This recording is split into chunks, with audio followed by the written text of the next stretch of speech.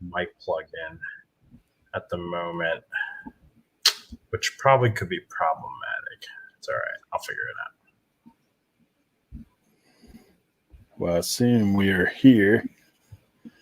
We Whoa. are. Oh, all right. Okay. Here we go. Caught it. Yep. Me too. What's going on, everybody? I know, man. We one of these things, dude. I was having a struggle for a second, man. I wiped my cookies and all that stuff this afternoon. Mm-hmm. So when I went to log in, I didn't realize I have 3 different Gmails. So it's like trying to StreamYard saying no. Yeah. Can't log in as a guest. I have so many email accounts. I have one just for spam, and sometimes I'll sign up for legit things like if I wanted to do say I wanted to do a random trial. I did it with HBO Go because I just wanted to watch a show. So I just sign up for the trial long enough to watch a show and dip.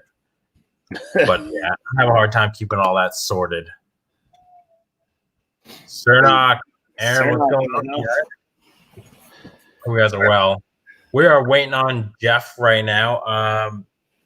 For anybody who's watched eBay Addicts, sometimes he has to drive around and find the sweet spot by his radio tower. Yeah. Yeah, man. What's going on, Joe? Have you moved yet? No, wait. I think he said the 8th. Yeah, packing and listening. Yeah, man. I picked up. Oh, I gotta show you this since we're waiting on Jeff real quick. I gotta kind of do a little show and tell. I want to show you this ridiculous shirt I found. It's I think it's a Repop shirt. Hold on.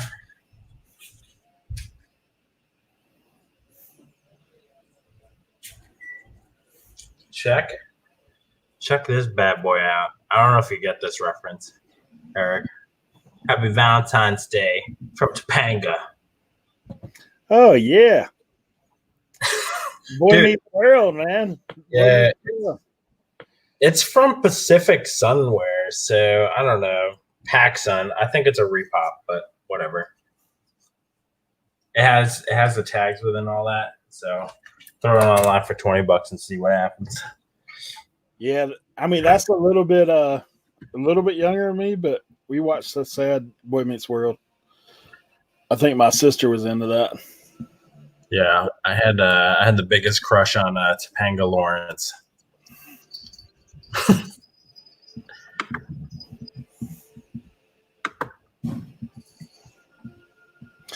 Yeah, I got dude.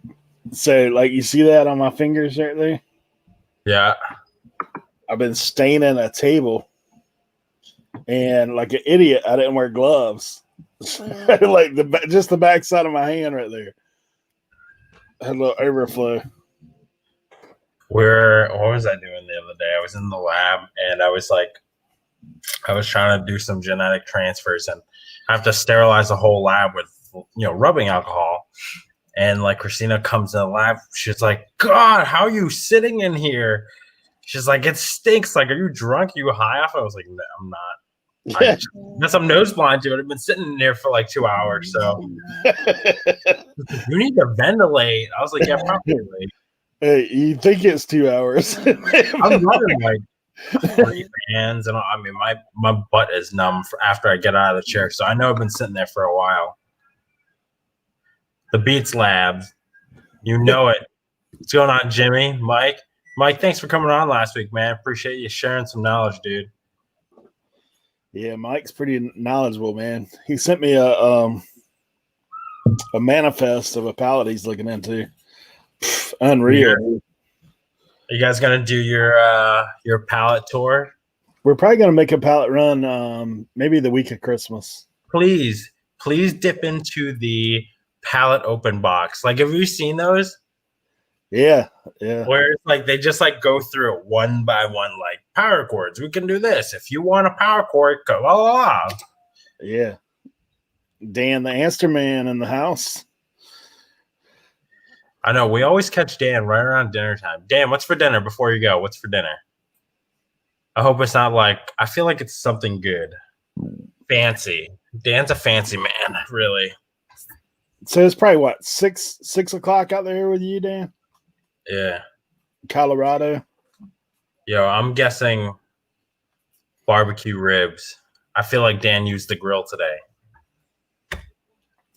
Hey, I'll tell you something Dan does know a ton about, besides everything else, is golf clubs.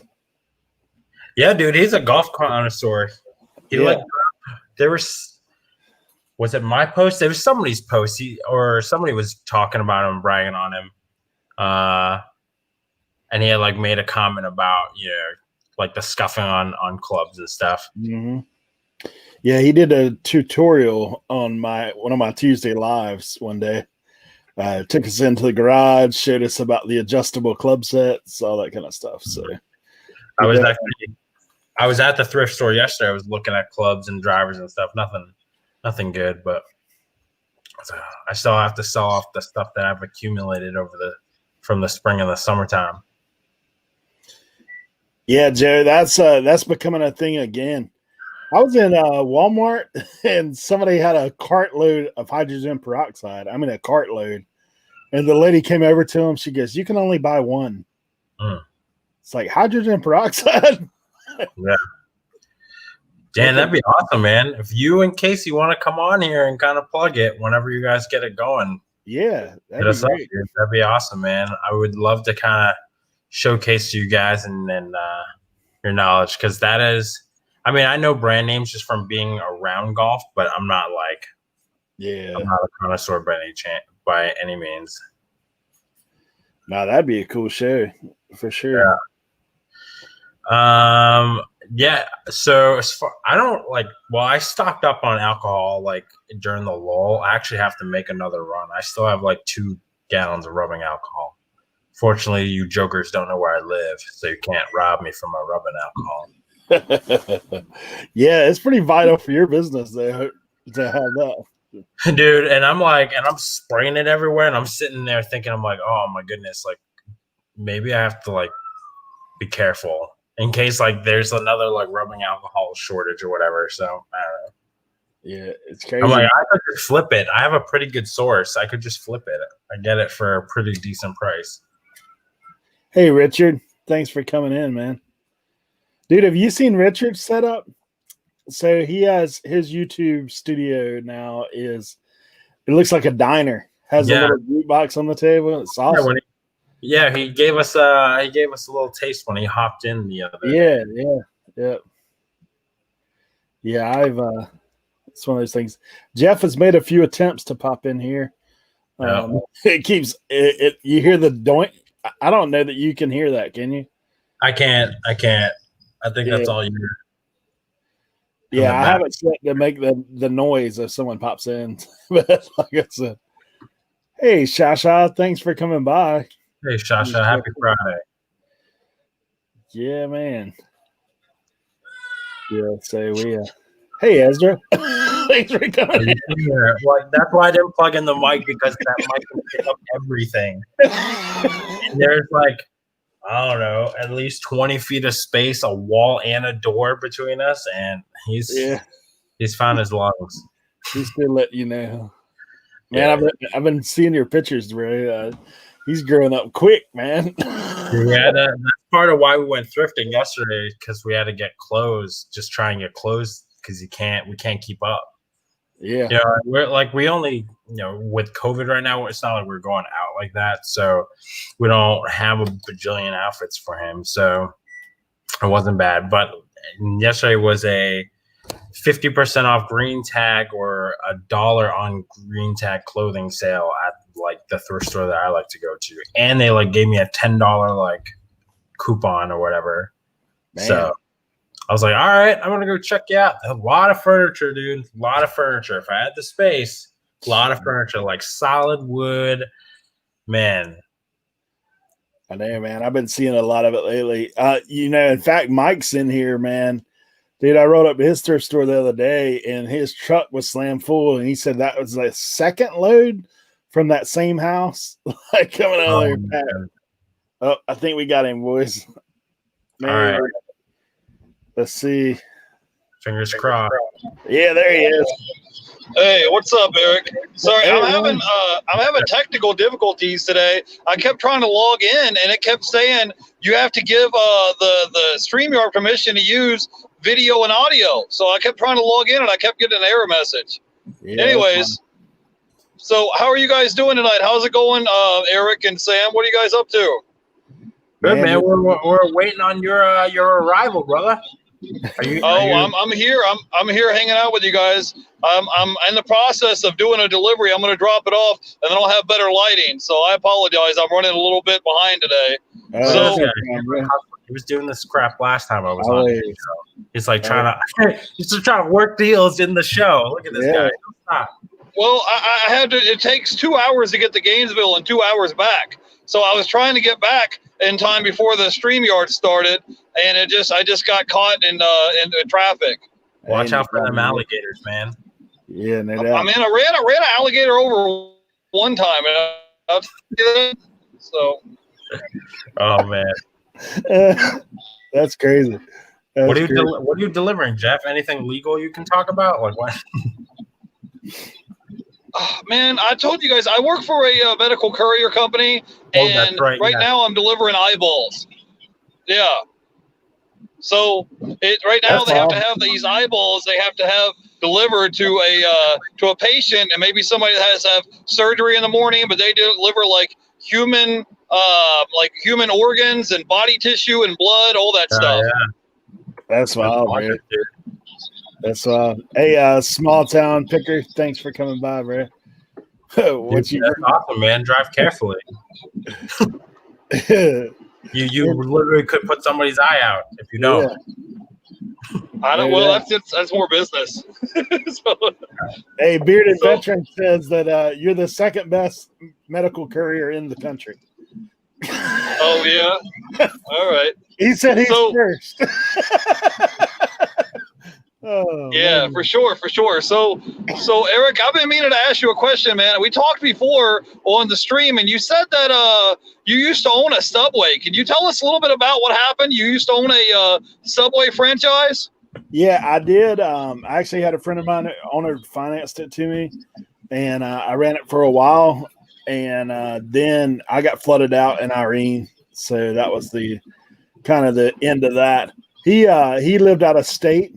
So I basically took over for him and ran it for a few years and did that. Of course, I've done about everything, but that was interesting. Subway is not a bad deal, but you got to work your tail off to make any money at it. Franchising, yeah. Yeah, I mean, you got to pay it off. Yeah. I mean, pay it off. I was just wondering how that works. Did you have to like all these franchise fees and stuff? Did you have to hire employees? Like, tell us what happened. Everything, man. Everything. We had, you have to pay franchise fees right off the top. It's 12% right off the top. Really? Yeah, after taxes, like you pay 12%. I mean, before. Okay, and then you had to pay your employees, and then you had to pay rent and utilities and all that stuff as well, right? Yeah, everything. Like I said, I mean, if you busted your tail at a Subway, you probably make anywhere from 50 to 60 to 70,000 if you worked all the time. But yeah, small town picker. Hey, we're here to interview you, bro. Like you. That's right. I mean, that's the thing. Like he always does this. I know. Jeff likes to spin out. Jeff, man, I can't see the chat. So go ahead. Yeah, I was just saying. These guys were saying, they said, man, Jeff goes right into interview mode. I was like, yeah, I know. We were going to talk to you. Obviously, man, you've got your hustle going on. For the guys that are here that may not know what you got going on, like talk to them a little bit about how you got started in eBay. And, obviously you've got a bunch of stuff. If you go back and watch his early video, you'll see the whole deal where he talks about how he got to Florida, all that kind of stuff. But just give them the brief overview. How I got started on eBay? Well, yeah. I was working in a factory. I was living I was living in Louisville, Kentucky, and I was working in this factory, and I was working for General Electric, okay? And I worked there from 2006 to 2016. So my job was I was driving a forklift, and my job was to load up GE appliances in the back of semi-trucks, right? That was my job. And I was there for about 10 years.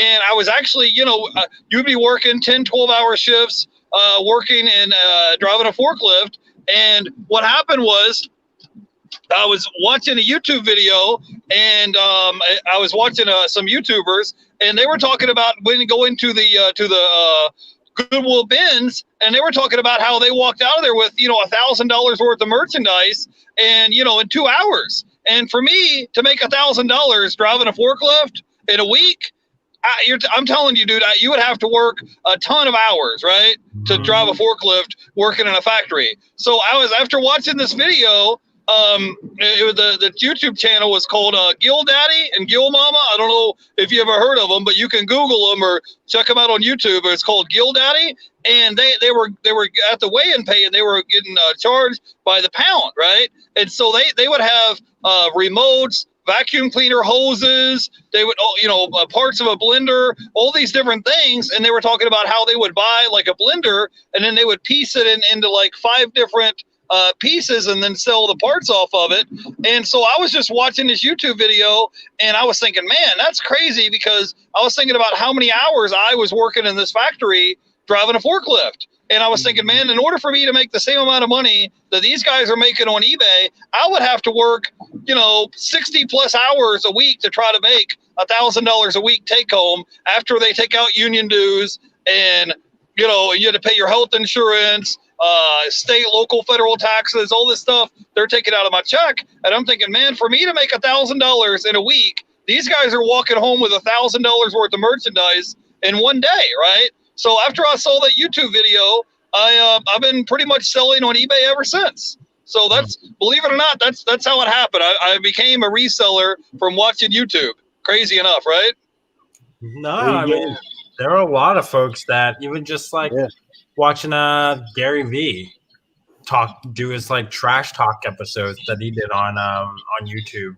That inspired a lot of folks, like younger kids, to like do reselling and go to garage sales and look for opportunities to flip. Yeah, for sure. Yeah.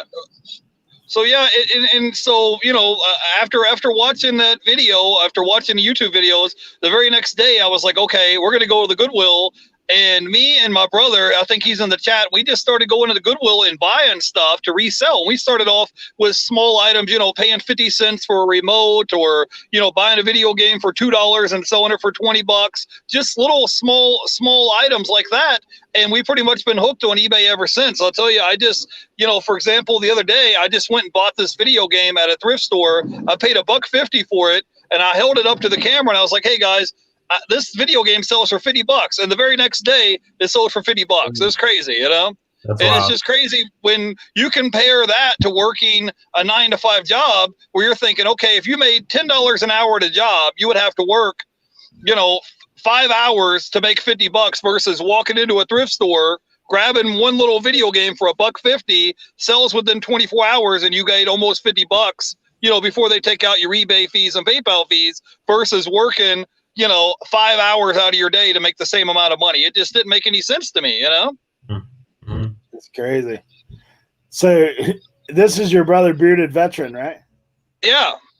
Yeah. So he's like, we had no idea what we were doing at first. Now he has 5,700 items in his eBay store. Yeah, he has his own eBay store, and he's a medical courier like I am, except he still lives in Kentucky, and I live down here in Tampa. And I have 2 eBay stores, and between my 2 eBay stores, I have right around 5,000 items. He has 5,700 items. So it's all right. I've been making sales on both my eBay stores, and then I've been just working, doing my courier gig. So I apologize, I was running a little bit late. Like I said, I've been having issues, but I'm getting ready to park here in a second, and I'll be good. So it's no problem. So man, you, like with all the running around, right? Like how do you manage it time-wise, right? Because it seems like sometimes You could be running somewhere like right now, right? You obviously had the best intent of being here, but you got caught in traffic. Life happens, right? Like, what about shipping stuff and listing? When do you find time to do all that stuff? Well, I'm a night owl, so like all the stuff that I sell on eBay on Friday, Saturday, Sunday, I'll ship it out on Monday. So I just try to focus much more on listing items because the sales are going to come, right? If you just list the items, the sales are going to come. So I just try to focus on what I can control as far as listing items. And you got to remember, I don't have a wife and kids or anybody else to take care of. It's just me, right? So I'm kind of a night person. So I'll go in my room at midnight, 1 o'clock in the morning. I'll have a whole stack of items. I sell, if you guys don't know, I sell a lot of media items. So I sell DVDs, Blu-rays, video games, CDs, VHS tapes, a lot of these items that have barcodes. So I'll grab a stack of 50 or 100 of them from the shed, take it to my room, and then I'll just start scanning in barcodes and listing items. And then after I get them all listed, then I'll take them back to the shed. I got a big shed in my backyard, and I got like a 5-bay garage in my backyard to store merchandise. And then, like I said, then whenever they sell, what I'll do is the night before, I'll go ahead and pull all the items that sold, and then I'll have them all ready to go to be shipped out the next day.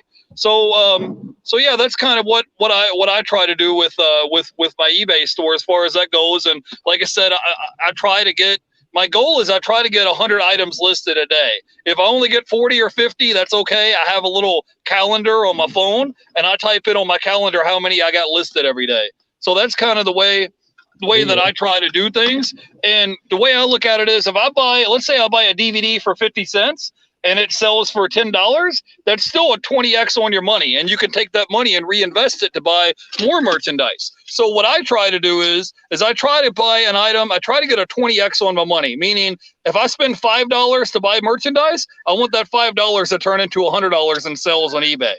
So that's what my goal is. That's what I try to do. It doesn't always work out that way, but I try to. If you watch my last What Sold video I put out, I think I spent $17.50 on the merchandise, and it turned into like $302 in sales. So it turned out okay. And like I said, right now I got close to 5,000 items, and I'm trying to get to 10,000 items. That's my goal right now, is just to try to get to 10,000 items listed. Like, for example, Chris from Daily Refinement, he's got 11,000 items listed, and I was hanging out in his chat room the other day. He said he's doing about $1,500 a day in sales right now, every day.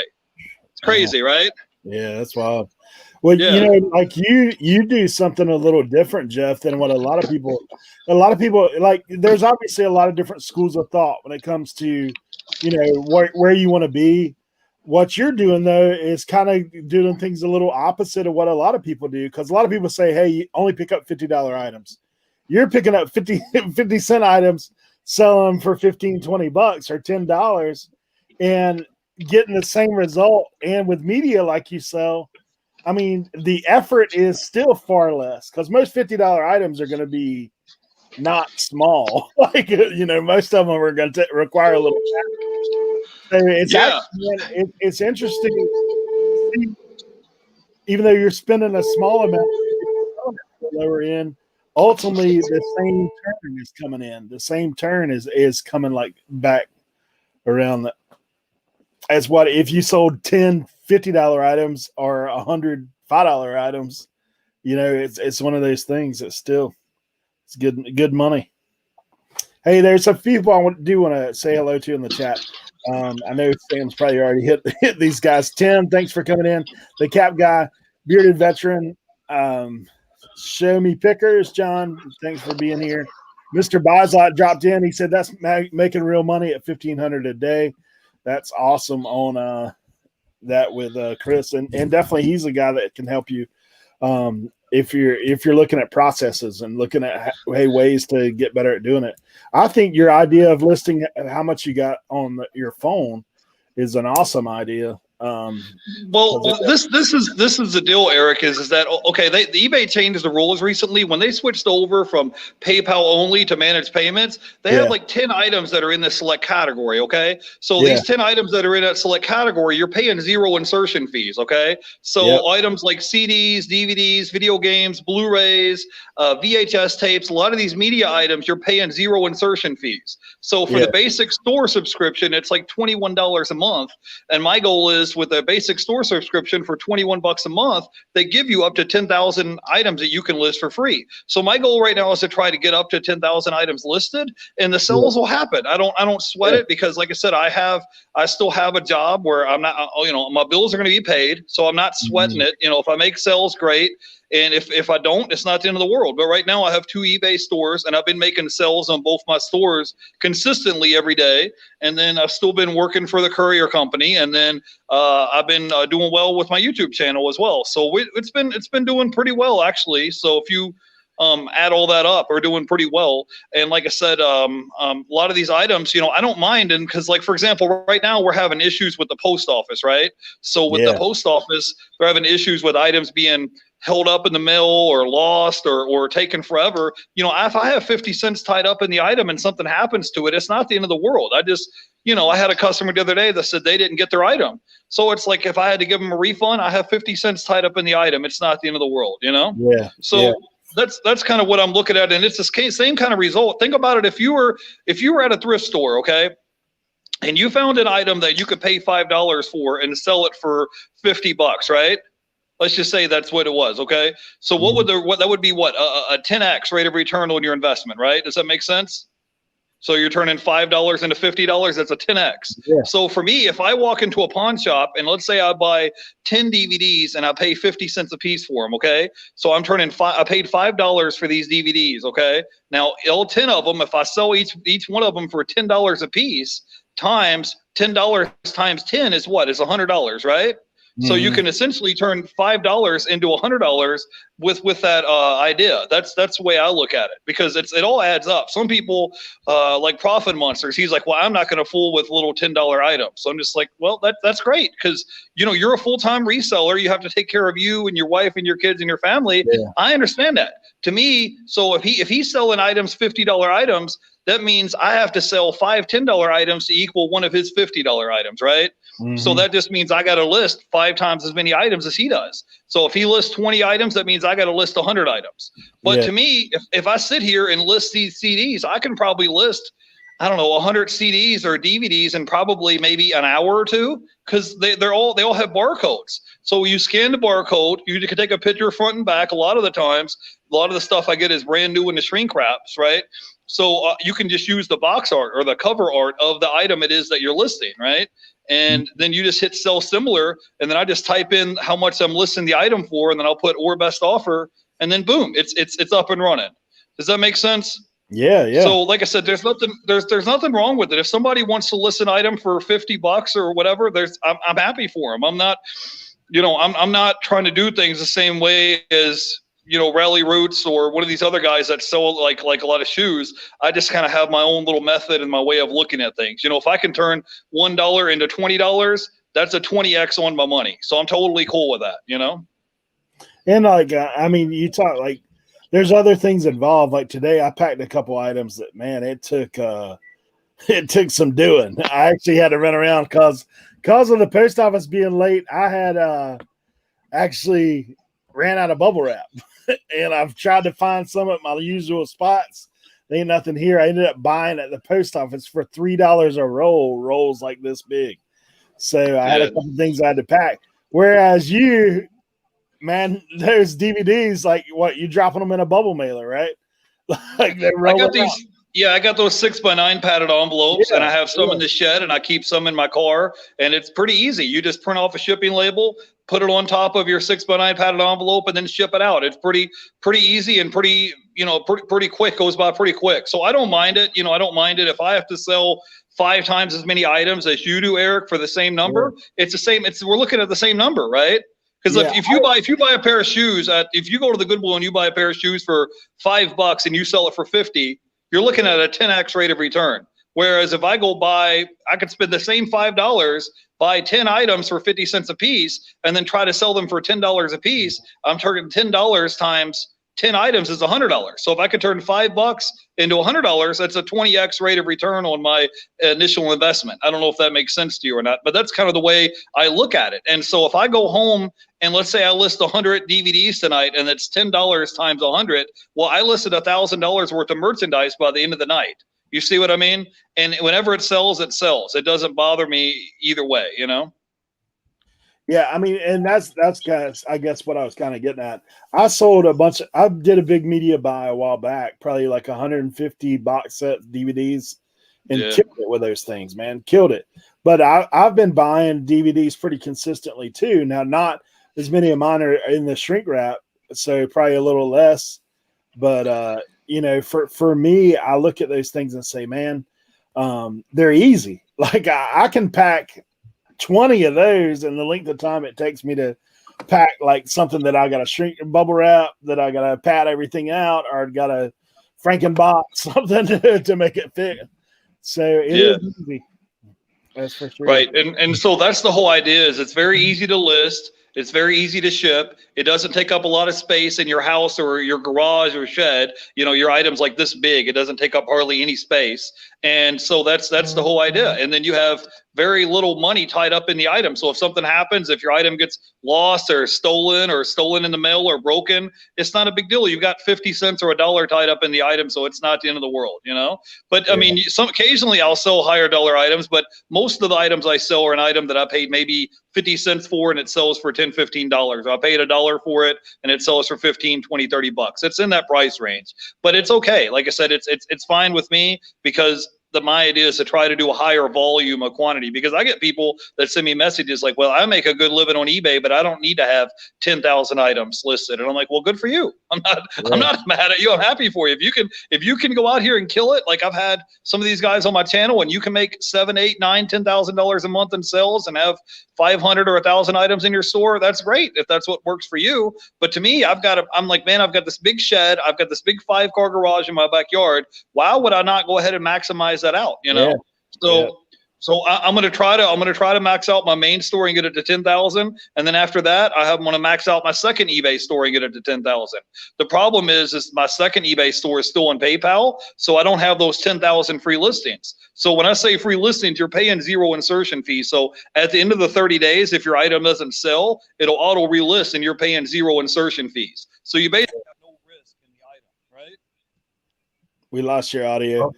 Hey, I do want to take a second and thank Kat, Nurse Flipper. I can't hear you guys. I'll be right back. I can't hear you. Okay. Yeah, I want to thank Kat for the super sticker. Thank you, Kat, for popping in. And I will tell you, Bearded Veteran, I saw what you had put in there about the envelope thing. It's crazy. Today, I was in my post office. We have a new postmaster, and she actually suggested that to me. And I was like, I don't know that I could do it. I said, I've seen people do it, but I just, you know, it's one of those things. I've even got packages that way. But I just go in and buy my bubble wrap. It's not a big deal, but it is. And teach their own, just like along the lines of what Jeff's saying here. There is one more than, you know, what's the old adage? There's more than one way to skin a cat. Yeah, we can, you know, everybody has a little different business model, whatever works the best for you guys. And as far as, you know, what you do with your shipping and vice versa, I've used like those air pillow things that I get in on Amazon. I've used, I don't have a problem with, we have a store here close to me that usually they have a clean dumpster that has just bubble wrap in it. That thing has been bone dry, man. Like I even went by there the other day and there was nothing there. So, well, you know, it's funny because like we've had this discussion with this is, I don't even know, our 40th something show. Like every person we ever talked to, you know, they've got a different way, you know, about going about this reselling thing and what works for them. You know, like Jeff has a big place to store his stuff. I don't. Like I have to be more conservative with what I'm bringing home. And when I find that I have to be more picky because, like, you know, it's like Drew. I have a family too. Like I I mean, I guess I could be ballsy sometimes, like depending on like if you budget for like the big gambles and stuff like that. But for the most part, like I'm not in a situation like you and Mike where I can go, on a North Carolina like road trip for pallets and fill a van. Like, ain't no way. Yeah, I might be renting a storage. Actually, Mike's got a storage. That's See? And he actually has 2 or 3 storages. But what's that? He actually has 2 or 3 storages. Yeah, dude. I mean, like, so I feel like, and besides, small town pickers kind of brought it up. Besides, like having space for it, like how you're finding it all. Yeah. If you can be like what's her face, who has that amazing Ginger Marvin, who has an amazing like inventory system that her husband built her. Oh, dude, her death pile was like 3 shirts on the floor. I was like, dang. Hey, Kent said, "What if I sponsor you, Sam?" Oh, dude, please, you can. Hey, Kent. Hopefully, your package will get to you eventually. That thing is saying tomorrow. We'll see. Tommy, thanks for coming in. There's some other people I think I had missed, but I'm sure you got them. Jonathan, my chat's all over the place. Jonathan, Kent, man, thanks for coming in. I think Girl Hustle, yeah, thanks for being here. Dude, if you have questions, I'm not sure. I'm just floating in limbo right now. That's supposed to be going the next state over. I've got 3 cases right now myself. Ridiculous. 2 weeks for a Nintendo game. Yeah, I've got 3 cases going on right now. I will say, if you ever had to file a claim with USPS, it's pretty awesome. They don't really, as long as you kind of got all your ducks in a row and you show them your stuff, like they pay pretty fast. It's pretty awesome. Yeah, I've only did one. I've had to file one. Jeff's still popping in and out. His device is not connected, but he keeps trying to come on. Yeah, Jonathan. So Jeff is like, he's too much hustle for the internet right now. He's delivering eyeballs at the moment. He's trying to restore sight to another person. He's in here. He's popping back in and out. Yeah. He'll get it squared away here in a second. He was doing good. He was doing good there. I think it was the wrong couch cushion that he picked in that lobby. Yeah. Should have gone to the other one. Tommy said because he weren't in the Batmobile, that's why he ain't getting dude. Getting good internet. I don't know if Jeff can hear me. I think he should just attach an antenna to that thing. Dude, I'm gonna ask him when he comes back in. I don't know if you've how much you've seen. He actually hooked up with Reyes, man. So I think he may have a Reyes video coming out. I'm not that's great 100 on that, but I think Reyes might have shadowed him for the day. So that's cool. Yeah. Yep. Dude, that'd be what's up. I hope that helps you out, Jeff. We're gonna try to get the details to that. Hey guys, I was joking earlier. This is the kind of funny thing that happened to me today. Is I actually sold some razor blades, and they went to Adam Sandler in New York. Yeah, I saw that. So I thought it was funny. I need to put it out on my Instagram, but I was like, man, I said the shutdowns are getting tough in New York. Adam Sandler's ordering razor blades off of eBay. Dude, and I was like, what if like in a couple weeks, Adam Sandler came out and was just like, for Hanukkah, for the holidays, I decided to just shop on eBay and just buy random stuff from people on eBay and just help them out and get them delivered to my stuff in Long Branch. Yeah. He's it's crazy, man. I sent it right dead to my brother-in-law because we play that game about famous people. Like we always joke about, hey, that's somebody famous. Like we'll take pictures of them on the sneak and then shoot it to each other and be like, it's a game we've been playing for years. That's funny. But yeah, I don't know, man. Let's see. Bearded veteran. You know, so the couple items that USPS has screwed up, honestly, like it worked out in my favor, and it wasn't like a 50-cent item. It was like probably like $5, but then, you know, I sold it for $40, and it worked out better that they lost it because they just paid me all the money. I didn't have to pay any fees to Macari or shipping. It was great. I got all the monies. Yeah. As small time picker, I don't know if it's really him. I just thought it was funny when I saw it. Adam Sandler. That's what I was like. The water boy is ordering some razors. Yeah, we had a guy in my parents' restaurant that I used to call all the time, and he was Dennis Miller. That's funny. I'm like, he's like, yeah, dude, I get crap for it all the time. It's like Michael Bolton from Office Space. Yeah, we'll see, man. I'm trying to get through this whole shipping fiasco myself because I actually have a $120 item in limbo right now. And I'm like, ew. Hey, Craig, small town. That's if you have insurance on your items. You know, for the most part, the items that I'm selling, like, so here's the difference with Jeff. He doesn't necessarily need to get insurance on his postage, but like Priority, I do. I have 50. Like, if you're going through pirate ship, it's $200 is the max, I think, for the insurance coverage.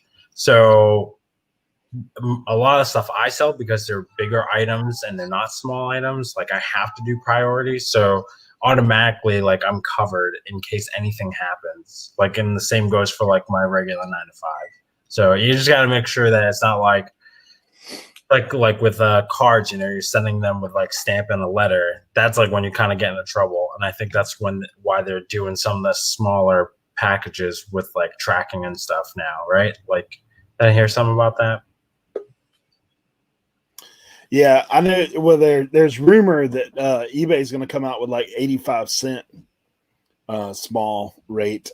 Like, if it goes in the letter size, be 85 cents with tracking. That's the rumor. I haven't seen it.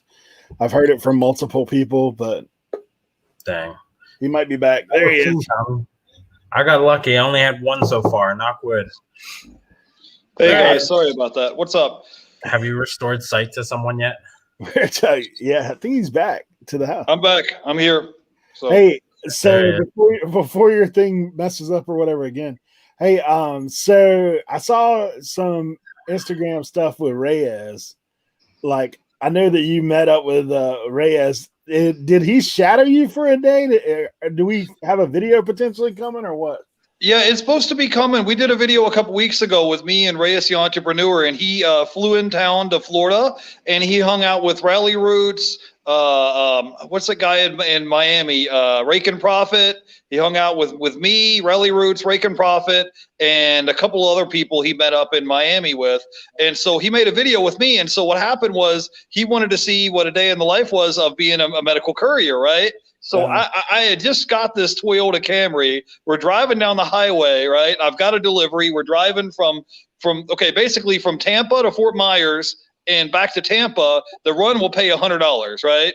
And so, but it's a 2-hour drive there and 2-hour drive back. Okay. So we have this run, and if we already picked this package up from Fort Myers, we're driving back to Tampa, and we're driving down the highway, and all of a sudden, boom, we hit this pothole on the highway, right? So we hit this pothole on the highway, and all the electricity turns off in the car. So we have no electricity. So no headlights, the tail lights, the flashers, the radio, nothing works. And we're broke down on the side of the highway. It's me and Reyes the Entrepreneur, and we're broke down on the highway for 4 hours waiting for a tow truck to come pick us up.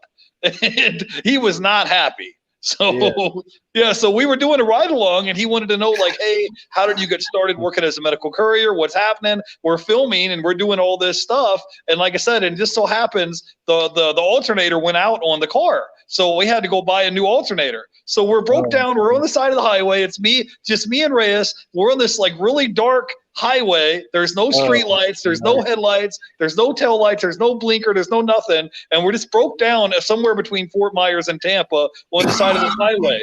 And we're trying to give the tow truck driver, it took him 4 hours to get there because he couldn't find us. So we're trying to give the guy, the tow truck driver, directions like, hey, we're on this, I-4 West. We're on this really dark highway. We don't know the mile marker. Come pick us up. So that's what happened. And so I don't know when the video is going to come out. He just had a video. He had a video out today, and he was hanging out with some people who were Twitch streamers. So, but yeah, a video, I guess, is going to come out probably in the next couple weeks because he did one with Rake and Profit and Rally Roots. So I was somewhere between Rally Roots and Rake and Profit. So, but it's probably going to be like one of those to be continued because we broke down on the side of the highway. But I still ended up getting the tow truck. The end of the story was the tow truck driver comes, picks us up. He drops Reyes back off in his hotel.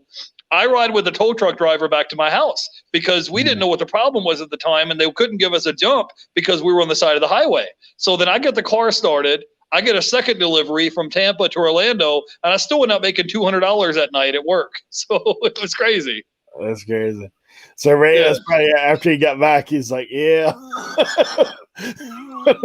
Yeah, well, I talked to him when he was here in town, and I was telling him, I was like, hey, man, you need to go ahead and talk to my friends in Sonoma Hauling up in California, and he just did a video with them as well. So, but yeah, Reyes is a really nice guy. I had a good time hanging out with him, and everything went well other than me breaking down the side of the road of the highway, and we were shooting a video, and he wanted to know how much money you can make because some nights when you work as a medical courier, you can make $400, $500, $600 a night working for a courier. And then there are some nights where you make zero because you only get paid on commission, right? So every time I do a delivery for the courier company, I get 60% and the courier company gets 40% of every delivery that you do. And it's an app on your phone, and whenever you want to work, you log in and work. And whenever you want to be off, you just log off and you're free. You're done. You're done for the day. So that's pretty much the way it's structured. And so he had never heard of that before. And so we were doing a ride along. And like I said, just so happened, we were broke down on the side of the highway. So I haven't talked to him since. I tried to reach out to him on Instagram to see if I can get him to come on my show, but I haven't really talked to him since. So I don't think he's going to come on my show anytime soon after we broke down on the highway. So he didn't ask you what about the gas. He asked you what's up with his car. Yeah, he was like, hey, well, this car I bought, I paid $1,300 for. It's like a 2000 Toyota Camry, and I just bought it for $1,300 cash, right? And so I didn't even, I just checked to make sure that the headlights, the blinkers, everything worked. We didn't like take a mechanic to look at it to see if there was something wrong with the alternator. So I had just bought it that week. So yeah, he didn't say nothing about the gas. He was like, "What about the tow truck?" So that's pretty much what happened. Like I said, with me and Reyes, and so yeah. That's pretty wild. Hey, so your brother's asking how to get free Frosties at Wendy's. Well, you just get one of those keychain tags. That's all you need.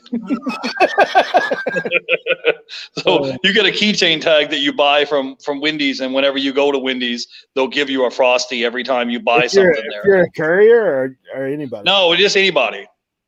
Oh, gotcha. Yeah. So man, I got you. So what you do? You flash is that for real? Yeah. I'm gonna get me a keychain tag.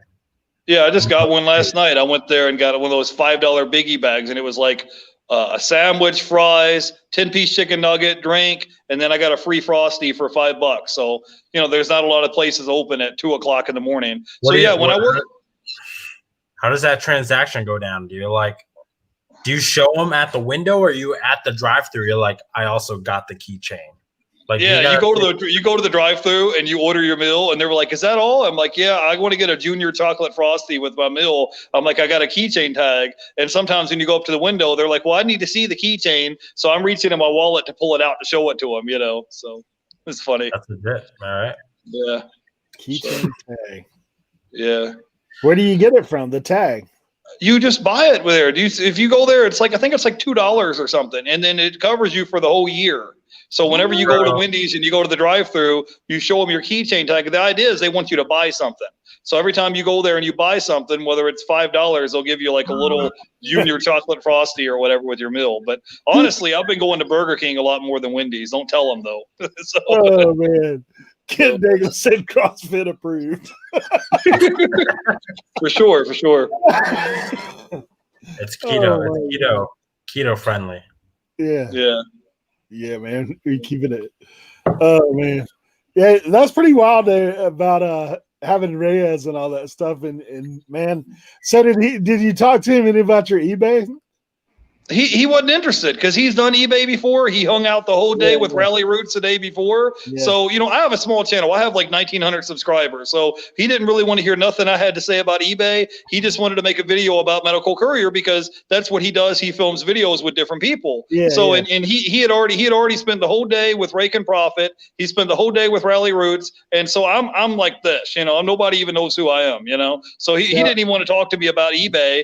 I talked to him a little bit about it and told him how he can make money doing it, and he was just like, no, I'm not interested. He was like showing me how much money. He's like, I have 400,000 subscribers. This is how much I make on YouTube. He's like, I'm good. I don't need nothing else but YouTube. But yeah, we had a good time. He told me he's thinking about launching a second YouTube channel soon, and we just hung out and talked about everything you could think of. And then because we're on the side of the highway, me and him for 4 hours. There's nothing to do but talk, So I was gonna say you should have just like popped open your phone at that point and started doing the interview at that, like on the side of the highway. Oh, we were on the side of the highway. He was like, hey man, do you want to go live on Instagram? I was like, Reyes, we're broke down on the side of the highway, bro. We don't need to go live on Instagram, Dude, I would have interviewed him right there.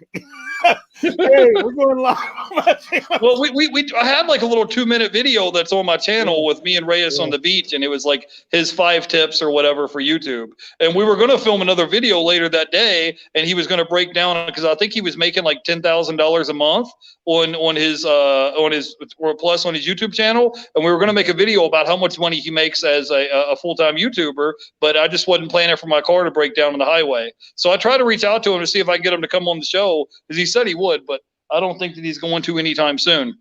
He's like, I didn't hurt enough for you for the last 4 hours. Yeah, I think I think he had enough one-on-one time hanging out with me. But yeah, that's what happened, man. Yeah, I was just on Felix Giant Lifestyles channel last week and did an interview with him. It's crazy. Probably after Reyes left down there with Rakin and those guys, he probably had enough eBay courses to last him for a while, so he didn't need to talk. Yeah, he was I talked to eBay and he's just like putting his fingers in his ears, like yeah, I want to hear it. Oh man, yeah, they got the course connection going on. Hey, Mike said he's got an idea for you. He said you can transport a cadaver and have one of your friends bust out of the trunk. Oh, for sure. Cadaver, yes. As well, man. It is pretty wild. So, like, obviously, I've watched some of your videos where you've talked about, just the hustle, and obviously, we see that with you because not only doing what you're doing with the Medical Courier, but on eBay listing the way you are. So, I know because I've watched some of your videos, but where did that drive come from? Like, man. Well, my parents were divorced when we were kids, man. And so we didn't have a whole lot of money growing up. My dad went to, he went to college to be a pastor. And then when our parents got a divorce, he was a Baptist pastor. They wouldn't let him be a pastor anymore. It was like against their tradition. So since he couldn't be a pastor anymore, he was struggling trying to raise 3-4 kids. He was paying child support for 3 kids. So he would work his full-time job, and then he would get off from working his full-time job. Then he would go do a newspaper route. And my mom was struggling working 2 jobs as well. And I'm the oldest in my family. So I was always, the oldest. So I would be there to help my brothers and sisters do their homework, help cook dinner, help take out the trash, do whatever they needed me to. And keep in mind, I'm 8 years old. I'm 8, 9, 10 years old, and I'm the oldest in my family. So yeah, man, everybody in my family is hard workers. Everybody, my mom, my dad, all of them have that type of work ethic. But when we were growing up, man, sometimes we were just flat out dirt poor. I mean, there's some times where we just didn't have electricity to see to do your homework. Maybe we didn't have hot water to take showers with. It was just because money is tight, because they were always struggling. When you're a single parent, you're trying to raise 3-4 kids, it's a struggle. Sometimes my dad would order Happy Meals for us kids, and one of my brothers or sisters wouldn't finish their Happy Meal. And then he would go and eat whatever's leftover food or whatever that was left over that us kids didn't eat. So we worked, they would work all the time. They were both working 2 jobs all the time working. And so when I got to be an adult, that's just the way I have been. I'd always worked a lot. Matter of fact, when I was working for General Electric, I would get off from work working my 9-to-5 job. I would work from 4 o'clock at night till 4 o'clock in the morning. And I would get off from work, and then I would go do, I had a newspaper route. And then on the weekends, on Saturday, Sundays, I would deliver pizza. And then I would drive for Uber, and I had my eBay store. So I had like 5 different, streams of income of working. But it just came from us being kids and just growing up and having a poor household growing up as kids. So anyway, so ever since now that I'm an adult, it's like I'm always working. Go ahead. Yeah, I was looking to see if anybody had any questions in the chat, guys. If you do, feel free to do so. But yeah, we were, so like, how are you finding now with marrying YouTube with the reselling, the Courier? Do you do much with the Courier? Like, have you thought about doing YouTube about that? Or I know you've mentioned it in your other one. Well, I have a really small YouTube channel. I only have like 1,900 subscribers. So whatever I can do to help out, I try to give back to the community. So if I can give knowledge, I have different guests on my channel every week. Sometimes I'll have 3 or 4 guests a week, and I try.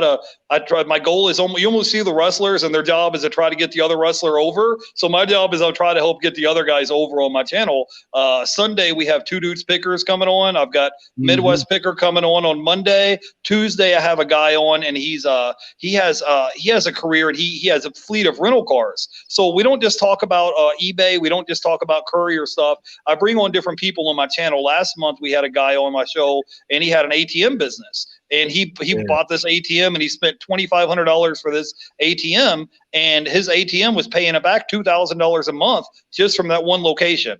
So I bring on different people that have different point of views that has nothing to do with reselling and nothing to do with eBay. It's just entrepreneurship, and bring on different guests. Like I said, I've got a guest coming on Tuesday, and he lives up in Atlanta, and he has Ferraris and Lamborghinis and Corvettes, and he has all these cars. So for example, let's say he had financed this vehicle, and let's say by the time he pays his car payment and insurance, that's $500 a month. Well, he's making $3,000 a month renting the car out. So the spread, he's making is $2,500 a month just from that one car. So he has a whole fleet of vehicles. So I have him coming on the show on Tuesday next week. And like I said, I have different people on the show. I've had Felix on the show from Giant Lifestyle. I've had the pallet guy on the show, and he makes a business buying and flipping pallets that he got for free. So yeah, we do all that. Yeah, small town picker. Yeah, anybody could become a medical courier with my job. All you really need is just a smartphone and a car, and you're ready. You're good to go. So in my town in Tampa, all you got to do is you go on Craigslist, type in the word courier, type in the word medical courier or independent contractor, and just search for jobs in your area and find some people that are hiring. With my company, I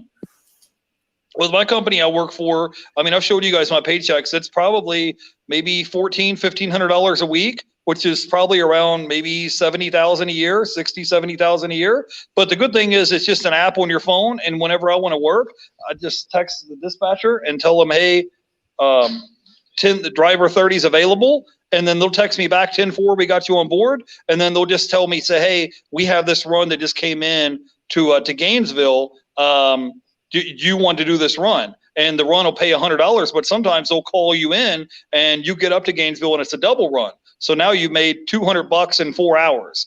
Or sometimes they'll call me up and I'm in Tampa, and they'll say, do you want this Orlando run? So their Orlando run will take me, an hour and 15 minutes each way. But then while you're on the way to Orlando, they'll call you in and say, hey, do you want to go to Melbourne? And the Melbourne run will pay $165. Then you get to Melbourne, and then they say, do you want this Gainesville run? So now you're up to $365, and you've only worked maybe 6-8 hours so far for $365 that night. So they send me all over the state, and I do mainly long distance out of town runs that pay at least $100. So, I've shown a paycheck stub where it says I made, $1,800 in 1 week, and I've only did 17 deliveries. So that's kind of the way I like it, because whenever I want to work, I log in and work, and whenever I want to be off, I can be off. That's why Sam was asking me earlier about balancing making YouTube videos and reselling, that's kind of the way I'm able to do it, is because I'm not locked into a 9 to 5 schedule, Yeah.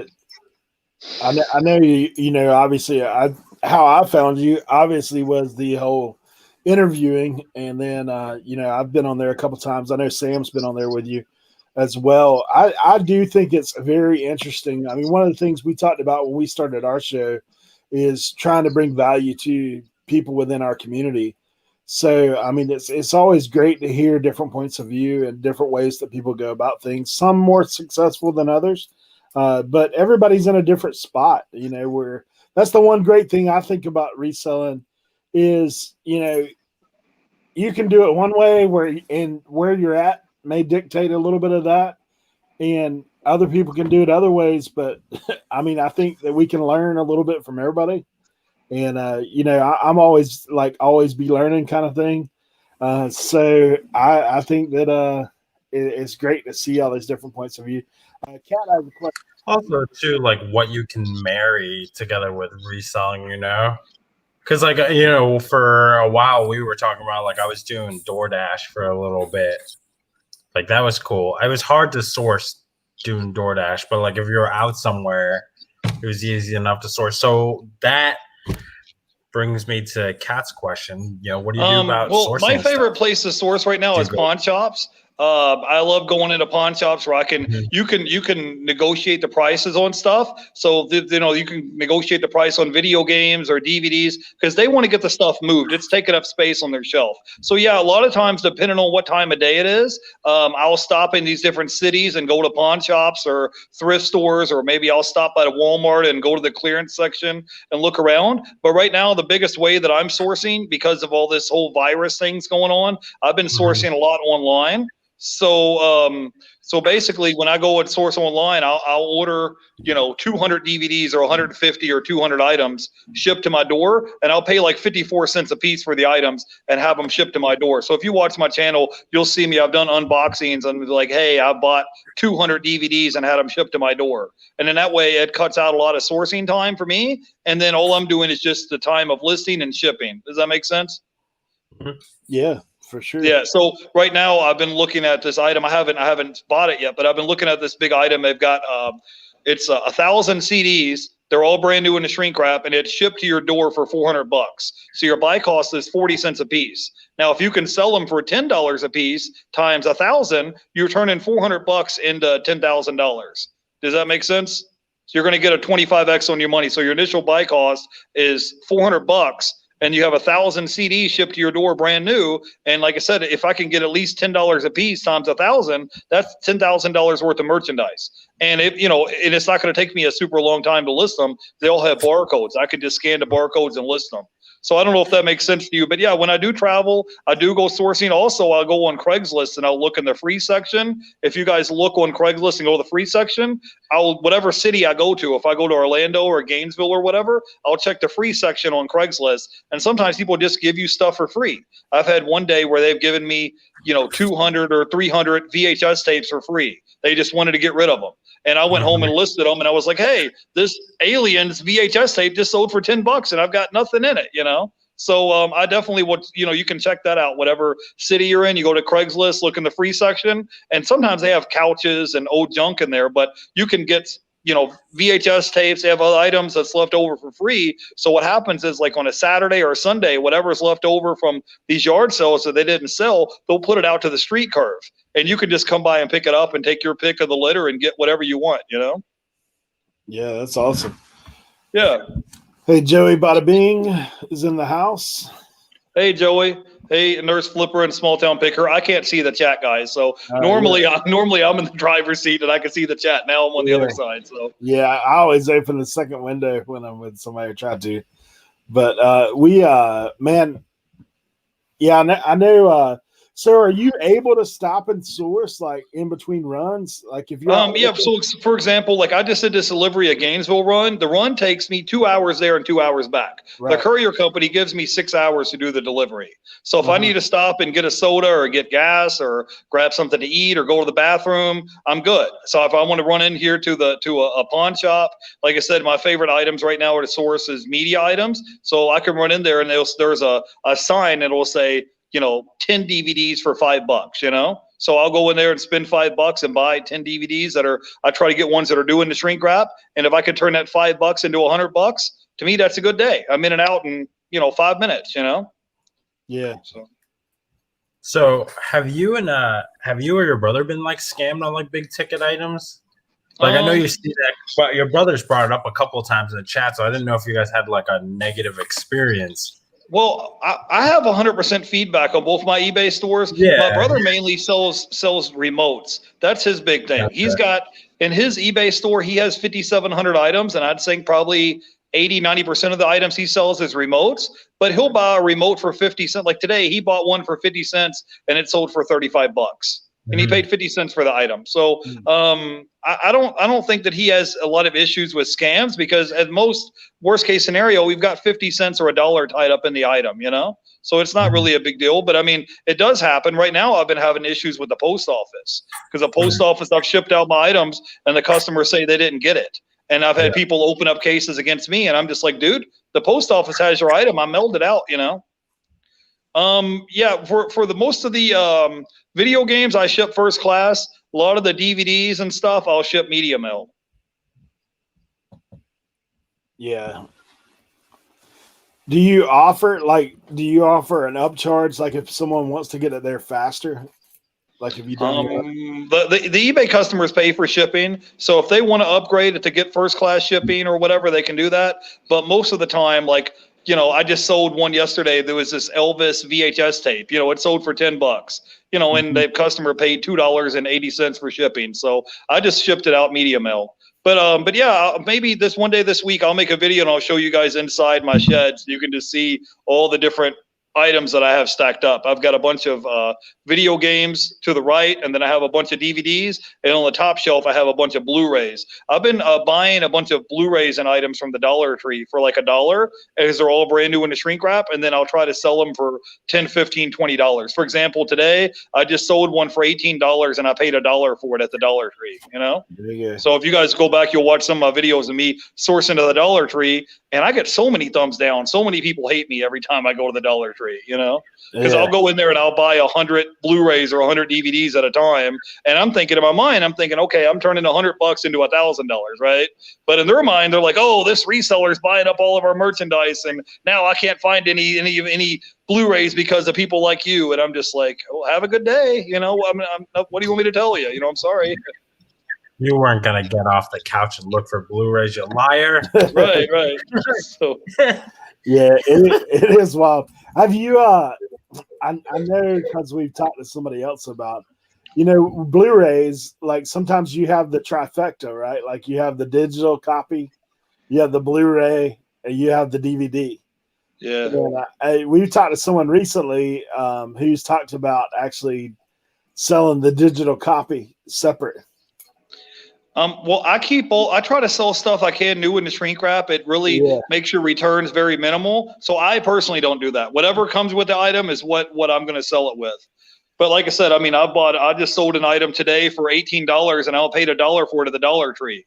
But people don't believe me. That's why I show you guys in my what sold videos what I paid for the item and what I actually sold for. And I'll even tell you, hey, I bought this at the Dollar Tree. I paid $1 for it. Sometimes people get mad, but I'm just being honest and transparent. That's just me, Hey, so have you looked into like DVD pallets?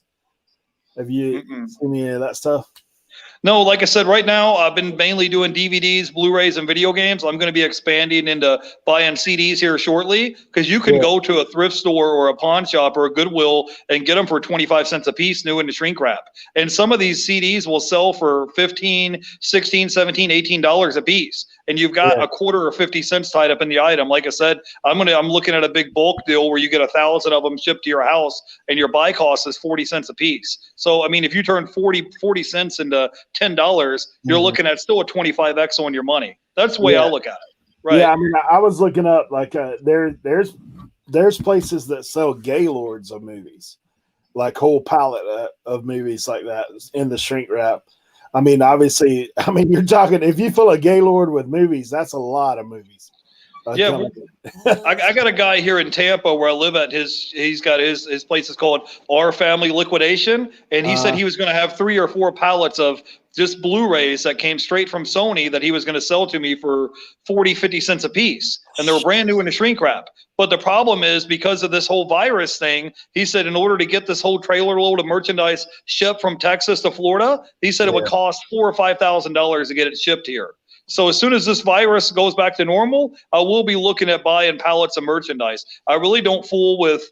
I like thrifting if I can, but I really don't like fooling with storage lockers or any of that stuff. I would like to just get a whole pile of merchandise. Like I said, new in the shrink wrap is what I specifically look for. I mean, if you can walk in there and I can turn 50 cents into $10, I'll do that all day long. Joey said, "Do you mind sharing your eBay store?" Man, both my eBay stores, if you go to my YouTube channel and you go to the About Me section, there's a link. They're both listed there. And guys, his link is in the description of this video. So feel free to go check that out. And like I said, his eBay store is public, so you can find it there. So like I said, I'm all about trying to be transparent, and if I can help and give knowledge back to the community, that's what I do. Go ahead. I didn't mean to interrupt you, Eric. Yeah, and then Matthew had asked like where you were buying those things in bulk, and then your brother kind of answered and said that he orders it on eBay in bulk. That is the interesting thing, guys, is there are things out there that you can find on eBay and turn and flip right back around on eBay. My brother does the same thing. He buys a bunch of remotes. I think the other day he bought 1,000 remotes on eBay wholesale, and he paid $400 for them, and he bought 1,000 of them. So if he can sell them for $10 a piece times 1,000, he can turn $400 into $10,000. And he's like a remote king. His whole store is nothing but remotes. So yeah, you definitely can do that. If you go in on eBay and you type in CD wholesale lot, and you go and search and you click on it, type in CD wholesale on eBay right now, and then click on it, you'll see the listings pull up.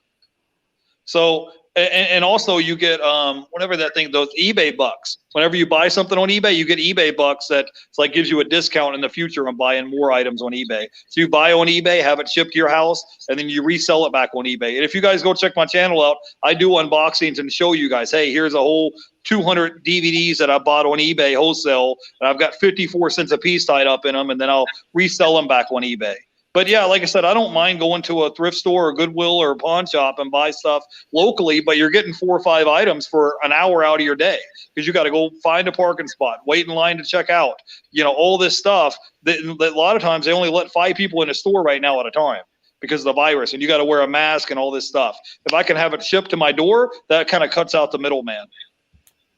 There you go. Matthew said he subscribed to you. Thanks for the info. Thank you. I appreciate you. Yeah, 40x on the money is what your brother's saying on the remotes. That's awesome, man. It is too. I guess if you're honed down and that's the category that you're looking for. So, do you pick up anything else? Like, are you mainly media stuff? But what if you see like a Grail sitting around? Like, do you even look at that stuff, or are you just focused in on the media? My main eBay store, I have nothing but media items in my main eBay store. My second eBay store is like miscellaneous items. So right now, what besides buying stuff in bulk, I've been looking for replenishable items. So if you watch my videos, I go to the Dollar Tree, and there's 5 Dollar Trees within 10 minutes of my house. So I go to the Dollar Tree about once a week, and I look for replenishable items that I can buy once, pay $1 for them, and then maybe if they sell them for at least $10 or more, and then once they sell, they'll sell over and over and over again. So like maybe I bought a bar of soap, I bought some shampoo, we bought books. I'll just look for items that are replenishable items. Well, I had you on my show last week, Eric. We talked about this. So I've been looking for replenishable items because the idea is I only have $1 tied up in the merchandise, right? So out there, like I live in Florida, so they have these like little kids floaty things, where you put these little floaty things on your arms. You put they have those like little swimming inner tubes, things like that. I'll pay $1 for them, list them on eBay for $10 plus shipping, and then whenever that one item sells, the whole idea is I want that item to sell over and over and over again, and I'm using the Dollar Tree as my warehouse because they have the merchandise there. There's a Dollar Tree literally right across the street from my house. So there's 5 of them within 10 minutes of me. So whenever that item sells, all I got to do is walk across the street, pay $1 for it, drop it in a 6x9 padded envelope, put a shipping label on it, and ship it out. So that's kind of my little homework assignment I've been doing, is looking for replenishable items. So I'll go there and maybe spend 10 or 20 bucks at the Dollar Tree, and I'll try to find items that are replenishable items, and then that way they're all brand new, so you're not going to have any returns. And I'll just buy one item for $1, take a picture front and back of that item, and then whenever it resells, the idea is to sell it over and over and over again. Does that make sense? Yeah, that's it, man. So that's it. Brian Flippers is in.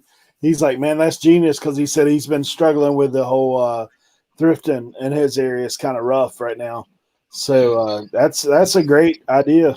Those are the two things that I would look at: buying wholesale lots in bulk, get stuff brand new and have it shipped to your house, and then also trying to buy items at the Dollar Tree where your buy cost is only $1, and you're going to sell it for at least $10. I mean, there's some items that I have right now in my eBay store that's selling for over $20, and I only have $1 tied up in it. And as soon as it sells, I just go to the Dollar Tree, use them as my warehouse, and then we just sell it over and over and over again. So if you just go there one day and maybe on a Saturday or a Sunday, you got nothing going on, take your eBay app with you, turn the volume down so it doesn't go beep, beep, beep every time you pick up, scan an item, and just look. And if you take time out of your day, there's merchandise there that you can get. So a lot of people don't want to fool with it, because they're like, I don't want to buy $1 item and sell it for $10.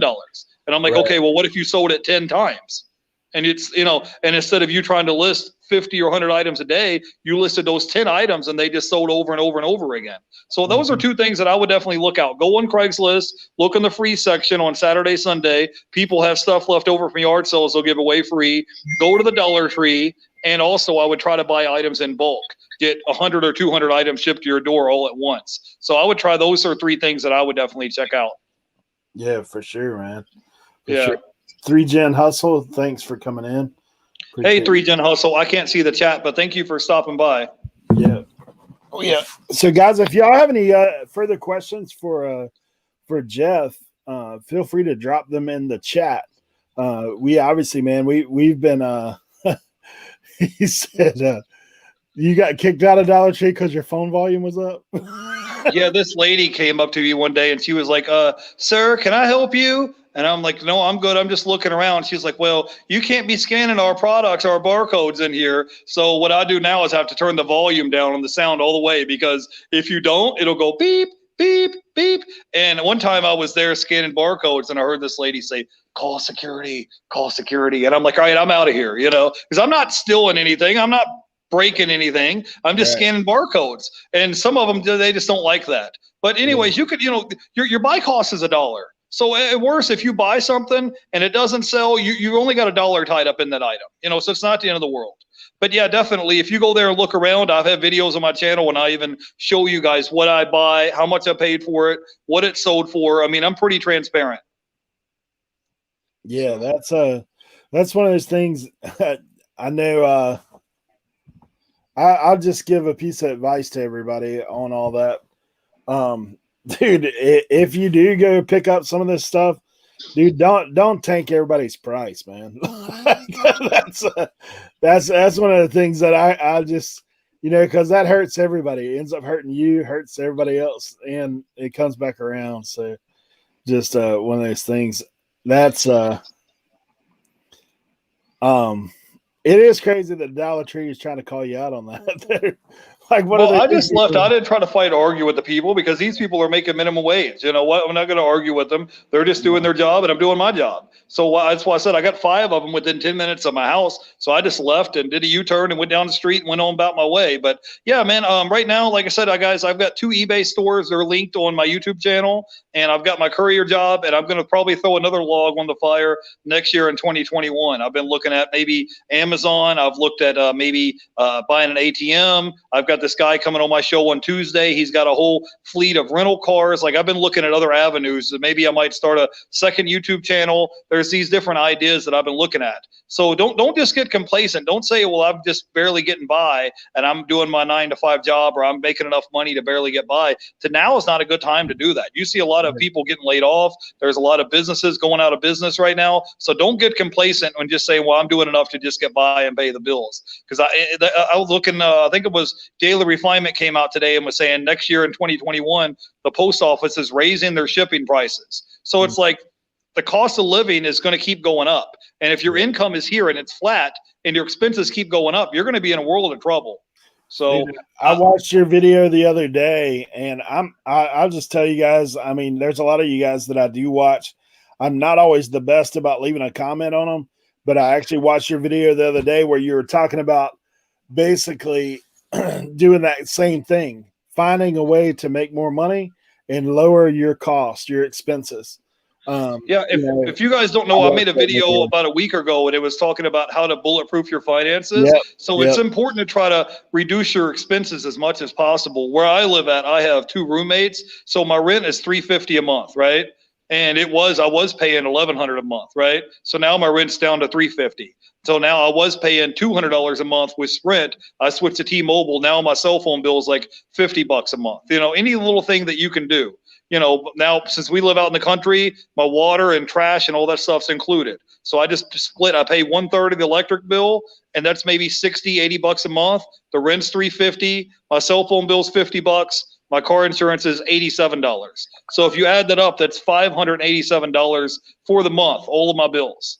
And then my food is maybe $200 a month, and maybe my gas is $300 a month. So we're talking about all in maybe $1,087 for the whole month. So if you can do that every month, and you try to come up with ways where you can gradually reduce your expenses, and then at the same time trying to figure out ways to increase your income, you'll get there.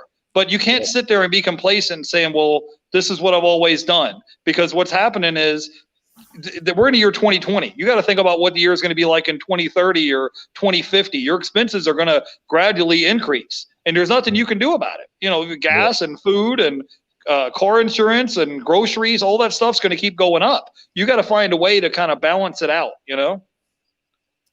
There you go. So, I mean, that's one of the keys too. Like, you think about people that I here recently have been like kicked off of eBay or suspended or something like that. I was like, man, if you can afford to not be on for a couple of weeks, not have any money coming in, then, you know, it is one of those things. I've always been a firm believer of multiple streams of income, because then, you know, you're good.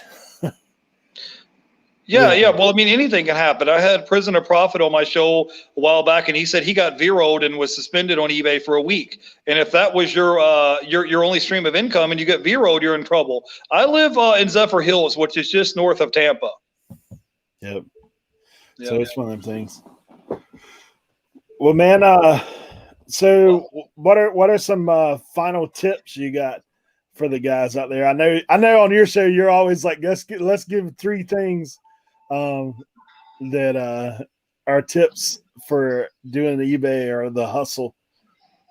With eBay, I would just try to focus on listing as many items as you can. And especially if you get items that are in those select categories that I was talking about, you're going to pay 0 insertion fees. So I would definitely try to look for items in that category, list as many items as you can, and then reinvest your money back into your business. That's really important. So list like a crazy person, reinvest your money back into your business, and 3 would be just have low expenses. If you can reduce your expenses, the more that you reduce your expenses, the freer that you are, right? That you have more time with your family, you can go do what you want to do without having somebody bossing you around all the time. So I would try to list like a crazy person, reinvest your money, and then try to come up with a plan to grow your store. My goal right now is to go from 5,000 items to 10,000 items. So give yourself a goal and then say, okay, this is my goal. I want to get to, however many items you want to get listed, and then go from there. You can make it happen, but you just have to give yourself a goal and have a way to track. Like on my calendar on my phone, I'll track every day how many items I got listed. I may not hit my goal every day, but I have it written down, and I say, okay, Tuesday, I need to get XYZ number of items listed. Let's go. Let's get it. Give yourself a goal and then keep track of it. Put it on your calendar, on your phone or whatever, and track how many items you got listed. That's more important. To me, sales are great, but it's kind of like, oh, I sold this item for $10. I sold this item for $20. Focus more on listing, right? If I can get 100 items listed for $10 items times 100, that's $1,000 worth of merchandise that I got listed. So it's kind of like, it's almost like you're depositing a check in the bank for $1,000 and you're waiting for it to clear, right? That's the way I look at it. And then once it clears and through making sales, then you just go ahead and basically your check is clearing the bank.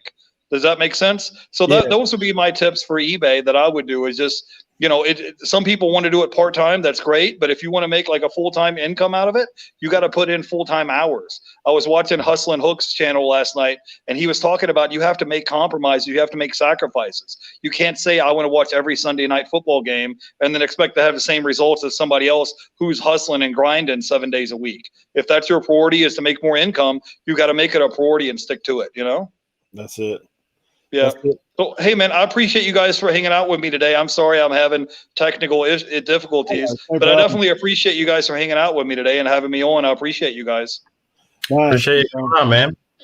For sure. So, I mean, I'll ask you one more kind of follow-up parting question. I know for me, like the grind is great. Like as far as, like you said, if you've pounded out for a period of time, is there a point like down the road that you're looking at, hey, I feel like if I can get to this point, have some residual income maybe coming, like, what's it look like down the road? That's probably not a good question to ask me, Eric.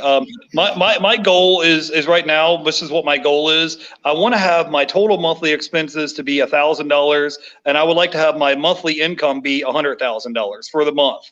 Now, I know that's I don't know if that's possible to do with just reselling on eBay, but eventually that's where I would like to get to. I would like to have $100,000 a month of income, and then my expenses be $1,000 a month of total expenses. So I don't. That's why if you guys see me, I'm just me, my authentic self. I don't need a $50,000 car. I don't need to live in a mansion, but just the way that I am, I need to be comfortable. And I want to have all my expenses paid, sometimes 2-3 months in advance. So that way, if something happens, you get a flat tire, you're sick, whatever it is, I just roll over and go back to sleep. It's not the end of the world, So it's really important to me. People think, well, Jeff, all you care about is money. I want to be able to be comfortable. And if something does happen, like God forbid you get into a car wreck or something, right? Yeah. You have money in the bank, but all my bills will be paid up 2-3 months in advance. It's not the end of the world. If your rent's $350 a month, why couldn't you pay 2-3 months in advance and not worry about it? You know what I'm saying? Sure. And then if something does happen to you, you get a flat tire, you get laid off and lose your job, you get viral on eBay, you're good. Just go for a walk on the beach, go hang out with your family. But yeah, eventually, like I said, I would like to keep growing my store. I don't know if I'm ever going to be like Mr. Buys a Lot and have 160,000 items, or be like Rally Roots and have 160,000 subscribers. But if I can give back to the community and help people, I'm going to definitely do that. And with my eBay store, like I said, I'm just take little baby steps. Right now, I'm just focused on trying to get to 10,000 items listed, and then I'll figure it out what I'm going to do 2021. I've got a couple weeks. I'm going to sit down. I have a little notebook that you guys see in my videos. I carry it with me everywhere I go, and I write down, okay, this is what I'm focused on this today or this week. And I put all my energy on that one item, get that done, go to the next thing. So yeah, that's kind of what I would like to do. Back when I was in Kentucky, before I moved down here to Florida, I had like 20-something rental properties, and they were all paid for in cash. So I would like to be able to expand and do things like that down the road. But yeah, I like to work, but like I said, that's really important, is to generate more money and try to reduce your expenses. But yeah, guys, like I said, I appreciate you guys for having me on today, and hopefully I'll get to see you guys again soon. Sam, I didn't get a chance to talk to you much, man, but if I don't see you guys again before Christmas, I want you guys to have a good holiday, good Christmas, all right? Yeah, you as well. You as well. We appreciate you coming on. All right. Hey, thank you guys. I'm going to log off, but thank you guys for hanging out with me. If you want to come check out my channel, it's called eBay Addicts. We have Two Dudes Picking on Sunday, and then Midwest Picker is going to be on Monday. And then Tuesday, we have a guy on that has a rental car business. So come by and check it out. I'll see you guys there. Have a great night, guys. Bye. Thanks. I appreciate you, brother. Yeah. Thank you, guys. All right. Bye. All right. Thank you. Bye. Later. True. Got it all in. Yeah. Man. I feel like he's another, maybe it's just the Florida sun, man. Maybe it's like that gives you all that energy, because like Joey bought a Bing down there and all that stuff. Maybe it's all that vitamin D. Maybe we just need to get down south. Maybe, man. Maybe. That's the thing. Man, I look at that stuff, and I'm always, like we were talking about earlier, we definitely see across the community and the people we interview, just how many different ways of going about things. It's kind of crazy. Everybody kind of got the same goal ahead, but thank goodness we're not all cookie cutter molds of each other, because if so, they wouldn't be near as much fun in what we do. I guess you wouldn't be able to find as much, but high energy for sure. Maybe you should bottle that thing up and sell it. No doubt, dude. No doubt. It's nighttime, small town picker. I can have my lights off. Yeah. He's in the mood, the blue room. The blue room. I'm just literally just trying to hide like the child factory. Like it's not a death pile, it's a baby toy pile over here. There you go. It's funny, man. Your cat's always hanging out behind you. Yeah. I have to, like, you know, part of the times, like, I'm late, like, signing on because, like, I have to feed them before I get on. Otherwise, like, we'll have, like, one of the shows where, like, they just meow at me the whole time. So, anyways, it's man, it is good to have Jeff on, though. That dude is, like, going a million directions, like, a mile a minute all the time. Yeah, I think I don't know if he's still in the chat. Hyphy Gold asked about what his highest selling DVD is. I don't you know, it's crazy. I sold one actually yesterday, the Fairy Tales, the one that has Robin Williams in it, and that thing sold for right at 100. It was like 89 plus shipping.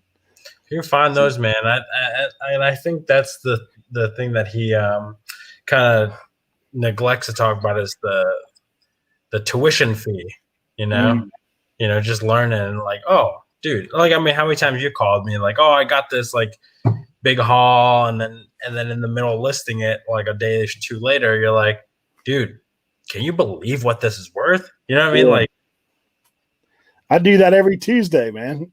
The other day I was pulling them up. Hey, this is $100 part. That thing's like this big, fits in a little envelope. Yeah, it's neat. It's neat to see. He said 100. There's one that sold for 100. Dang, that's awesome. Crazy, man. Crazy. But always good. Hey, we appreciate you guys coming out and joining us on another Friday evening.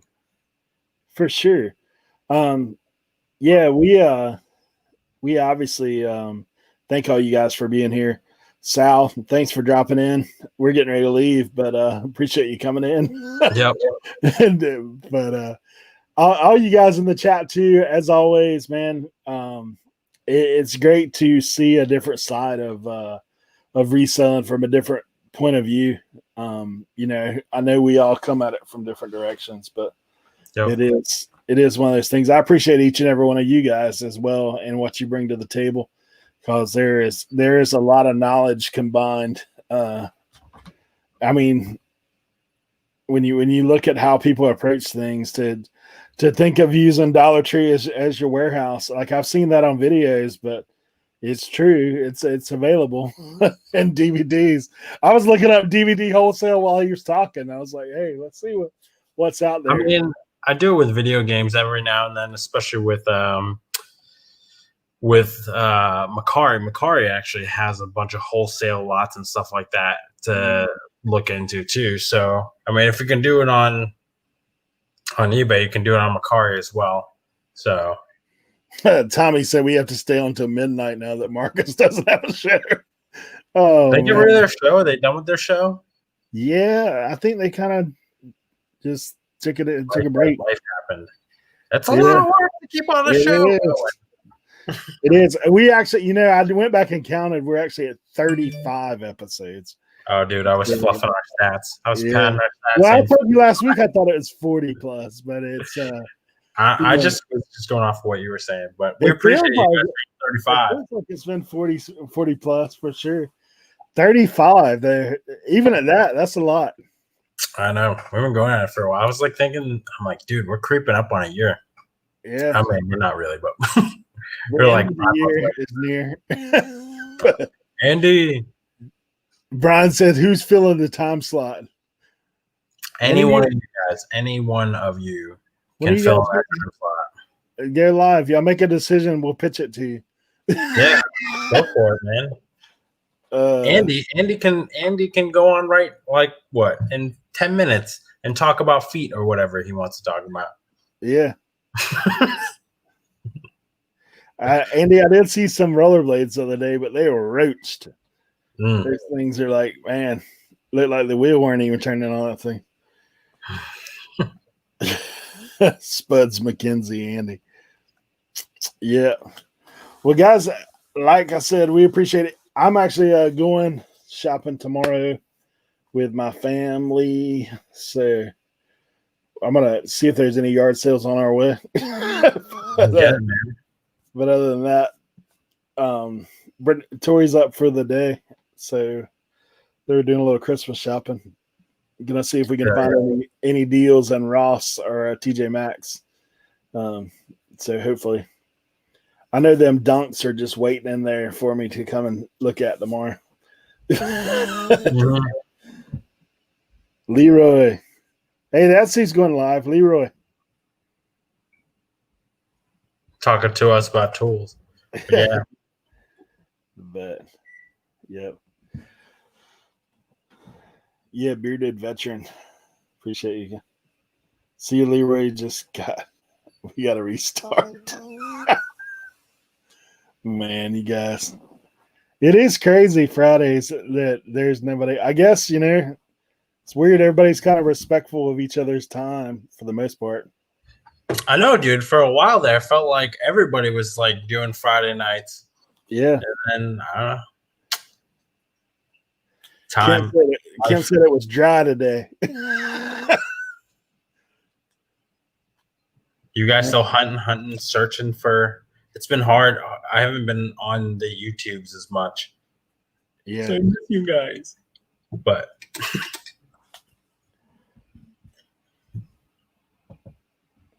yeah, I don't know, man. It's crazy. Leroy, we want you to fill in a time slot since isn't anybody following us up. We're usually the opening act for Marcus and Lorena, and now that they're not going on, dude, you need to be the headliner tonight. It's 9 o'clock, 10 o'clock Eastern time on Friday night, man. You need to pull out like your guitar, your mic, your vocals, and just like put on a show. What time is Callie on? Is he on? Is he? Callie, Reseller Luis? I don't know. Change the title. Let's open Pokemon cards. Dude, I've actually got some Pokemon cards. Did you? Yes, I did. Oh, man. I got the Charizard something trainer. The orange box that's like a hundo. I got that and the what's the cannon guy? The Bolta something Bolta. Does that sound right? Volta? Starts with a B, like bolt something. Bulbasaur? Yeah. I'm trying to see if it's like a turtle thing with two cannons on its back. Yeah, right? yeah. Well, it's not really. Whatever. Yeah, I scored cards at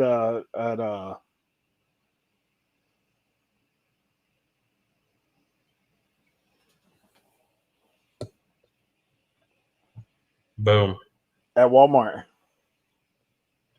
So I was only going to buy one box because they were $50 a piece. But then when I scanned it, it was $39. I was like, oh, I'm going to go ahead and get the rest of them. Yeah. One of those things. Bearded Veteran, thanks for being here. Yep. Appreciate you guys. Nice. But I know, man, you guys are making me feel like I don't know. $9.40. I guess I can hang out for a minute if you want. I gotta get cruising, but I know. All right, man. Well, not that kind of showtime. We can't bring Krillin on here. Maybe if we live streamed on my channel. Krillin swears too much for Eric's channel. Yeah. He just drops swear words like no problem, you know. It's like it's a love language over there in Long Island, you know. Yeah, he's been hanging out with the guys from across the pond. And Tommy's got to like rest up for his next 14-hour live stream. I know. Hey, Tommy's got Lonnie coming on this week, right? Does he? Yeah, he had John the other night, man. Yeah, who? Cincinnati Picker. Oh man, dude, do you have to get back in that, dude? I imagine you making a mess everywhere having John coming on. I saw how excited you were having Pete on, so I can't imagine Lonnie. Dude, ask him to pick something from the aisles, like with the camera real quick, so you can watch him squeeze through the aisles, come back out just for good measure, you know. He'd probably do it at home. He wouldn't do it in the shed. Yeah, I don't know. He does their when they do their podcast, he does it from the shed. Mm-hmm. He'll probably be in the shed. Yeah, John went on for like a couple hours. That's awesome, man. With those guys the other night. They're probably fiending, especially because they couldn't do the reseller the meetup and stuff on the boat. So, because that was supposed to happen, September? Yeah. And now that a lot of Josh isn't reselling anymore, I can't impersonate him. I'd be like, "Hi, Andy Someta. I'm here for the reseller meetup." I can't impersonate another Asian. Will there be another Asian reseller more famous than me? Man, it is crazy. Like the meetup and all that stuff. I guess they pushed it into June or something. Yeah. Yeah. Tommy says Lonnie will be in the shed 100%. Perfect. Dude, I can rollerblade. I'll skate up in there. My K2s. Man, you think about it, like there's guys talk about Mount Rushmore, right? Of reselling. Mm-hmm. Like I've heard some people refer to it as that. The Mount Rushmore reselling. Oh my god. Yeah. Pete, John, Lonnie. I don't know who's done that graphic yet. Put it on a shirt. Who's the fourth head? I don't know. Somebody else. Like honorary, like I don't know. Matt part-time pickers. You just throw him up there. Yeah, probably. He's one of the later presidents. Yeah, that's what I'm saying. You know, you had to throw Ronnie. Ronnie is a good one. Ronnie Hart. There you go. Yeah. So Tommy's had all those guys. That's for sure. Chad is a good one. Goldfinger picker. Yeah, Ronnie or Chad. Yeah, it's kind of crazy. Like for me, we look at the. I mean, I can only speak on the ones that when I first started, like which has only been a little over a year now, but I look at that. I guess the big four that I watched was Pete, John, Lonnie, Matt. Second tier, like Kevin Commonwealth. Yeah. Like he's one of the guys that I watched after that. We just give him a statue. He doesn't have to be at the Mount Rushmore. We just give him a statue somewhere. You just have the Inner Man sitting on top of Mount Rushmore. Dude, I gotta figure out where to put my Inner Man. I'm trying to redo like the studio. I'm trying to like turn this. I don't know. Maybe shoot it this way. Have the camera facing that way. I don't know. Robin Williams. Anyways, who are talking about? Do you think Josh will start part-time on eBay? Who knows? Is he working for Amazon? What's that? Who's he working for? Amazon? I think so. They might have a do not compete clause in it. Yeah.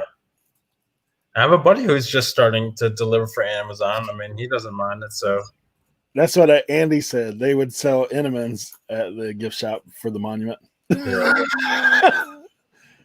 Oh, man. Kent said his wife wouldn't let him.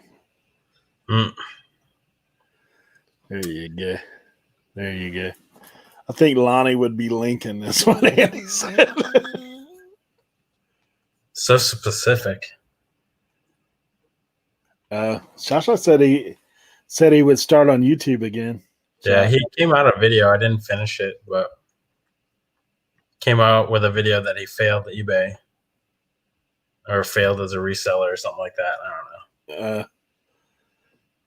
It is weird, man. Here lately, I've kind of been looking around. I know Tommy and those guys were talking about it the other night about the number of people you see kind of come and go.